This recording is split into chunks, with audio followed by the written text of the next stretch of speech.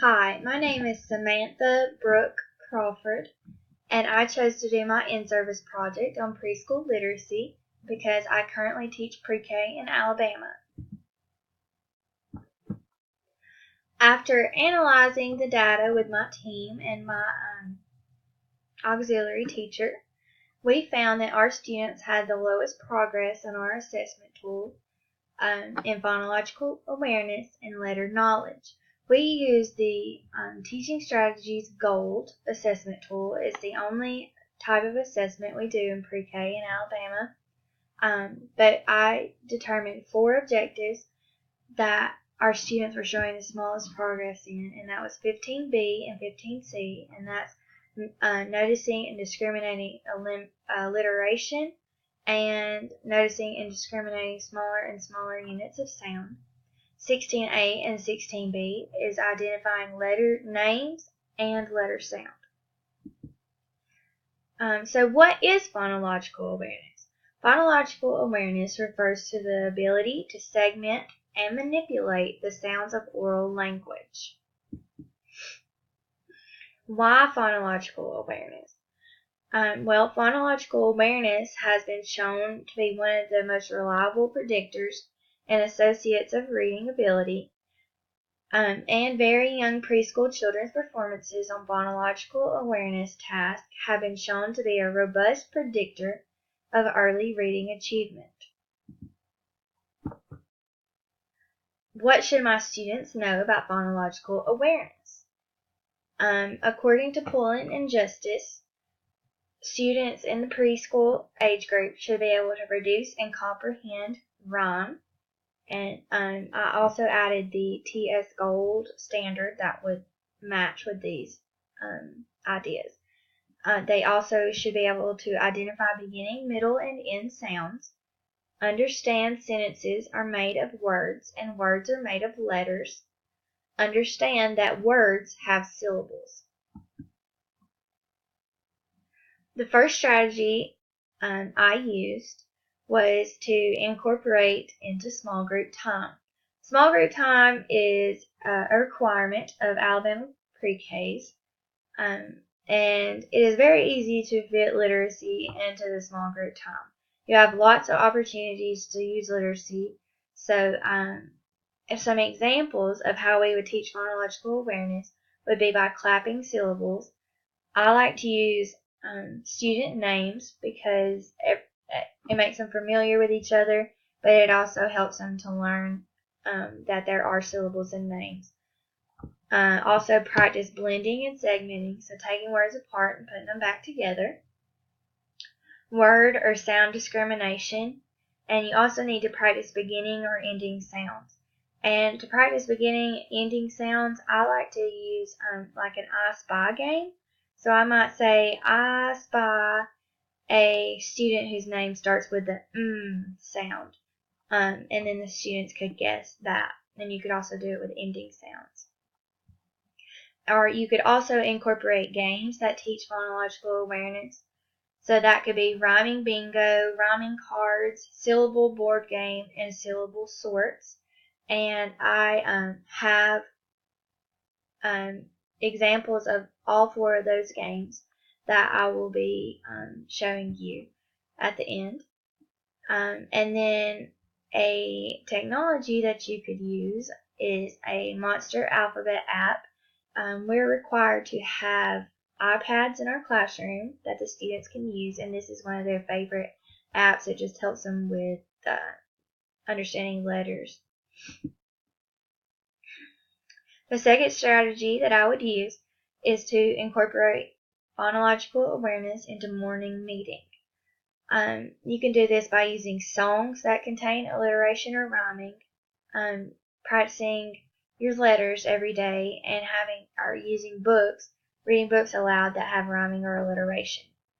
An example of this would be this activity, and as you can see from the activity, the students use the beginning sound of a student in the classroom's name, probably the student of the week or something like that, and so they're discriminating that first sound in that student's name.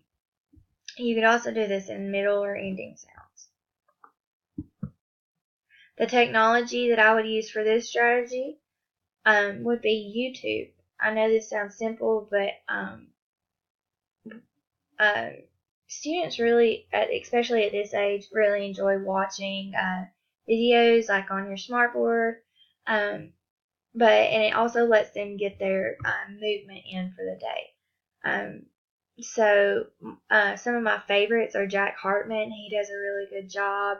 You can also use songs that are, popular nursery rhymes like Down by the Bay. The Learning Station is also really good. My third strategy would be make your classroom a print-rich environment. We label everything in our classroom in kid-friendly ways. We have pictures, but also words, so that they're learning more, or they're learning the word that matches the item. For example, we have our door labeled with the word door, shelves labeled, chairs, desk, any item in the classroom. And eventually, by the end of the year, you'll see that the students are saying DOOR spells door. And it's just by seeing that label on the door every day. You can also include books, newspapers, magazines in all of your centers areas. In pre-K, we have 5 center areas, and literature can be included in all of those areas. Also use letter links, and I will show you an example of those in a minute, but they should be placed on anything that's personal to the student. So their chair, their folder, their cubby, anything like that, they know it's theirs. You should also include environmental print, and I'll also show you an example of that. And another good idea that we have in our room is a magnetic wall. I'm fortunate enough to have a wall in my room that is like an old air conditioning unit, but magnetic letters will actually stick to it, and the kids love to go work with the letters over there. But you can also use just like a sheet pan or a cookie tray, and that will also work well. The first example is a letter link. So you want to make sure that the picture represents the first sound of the word, and you also want to make sure that the letter is on the picture. So, for example, Brennan starts with a brr sound, so Brontosaurus would be his letter link, his picture. So the student would know when he sees that Brontosaurus that that is his seat or his cubby. Environmental print is you're just using symbols that the students will recognize from in their outside world. And then label, you want to label everything with words and with pictures, because these students obviously cannot read, but they can recognize the picture. But adding the words to that also gives them opportunity to be around print. So how do alphabet knowledge and phonological awareness, what do they have in common? What they have in common is that, they go hand in hand. Knowledge of the alphabet has been described as the best predictor of the future of reading attainment. The alphabetic principle refers to the systematic relationship between letters and sounds. Children must understand that the individual phonemes in words are represented by letters, and that those sounds can be analyzed and synthesized in the decoding process. The first strategy I would use to teach alphabet knowledge would be to teach the letters in students' names first. These are the letters that their parents have probably usually worked with them the most on. Some examples of how we would work on that in our classroom would be to sign in every day. So my students know when they walk through the door that they need to sign in. So they will actually write their name every day when they walk through the door, and we start working on this the very first day of school.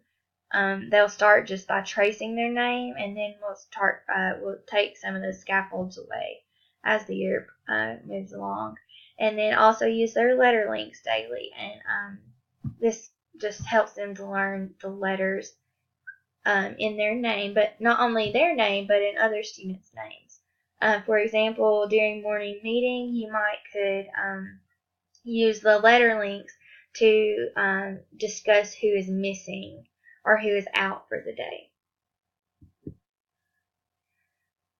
The second strategy I would use is to teach a letter each week. We do a letter of the week each week, and the students we introduce it during morning meeting each week, each Monday, and the students absolutely love to learn what's the letter of the week. We start with the letters that are in students' names, and then we move on to letters that are the most visually different. So that means you don't want to do B and D on the same, 2 weeks in a row, because they sound the same and they look similar too. So that causes some confusion for the student.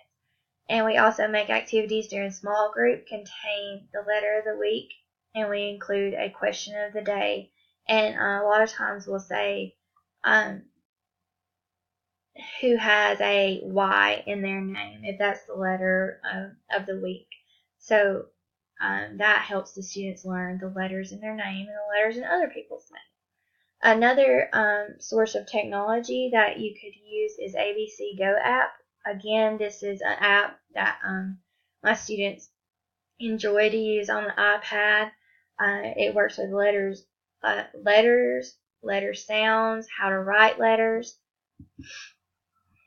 The third strategy I would use is to provide opportunities to write in all centers areas. So our centers that we have are art, blocks, home living, science, and writing. So in all of these areas, you can add writing materials, and we have found that the students really enjoy having these writing materials, or just print materials in all of these areas. For example, in art, we put old magazines and things in there so they can cut out the letters or the words or the pictures and make somewhat of a collage out of them. They like to do that. If you put marker boards, dry erase boards, and dry erase markers in the home living area or the writing area, a lot of times they like to pretend play that they are working at a restaurant and you're taking your order, and you will actually find that these students will actually start to write letters, not just scribble. They're not just scribbling, they're actually writing letters or shapes that resemble letters. So one of the best things that we have done is putting all these materials into all areas. It gives them the opportunity to write all throughout the day. And the last piece of technology I have to share is Dr. Seuss's ABC app. And once again, it teaches sounds of letters and gives examples of objects that start with that letter. And here are my references. Thank you for watching.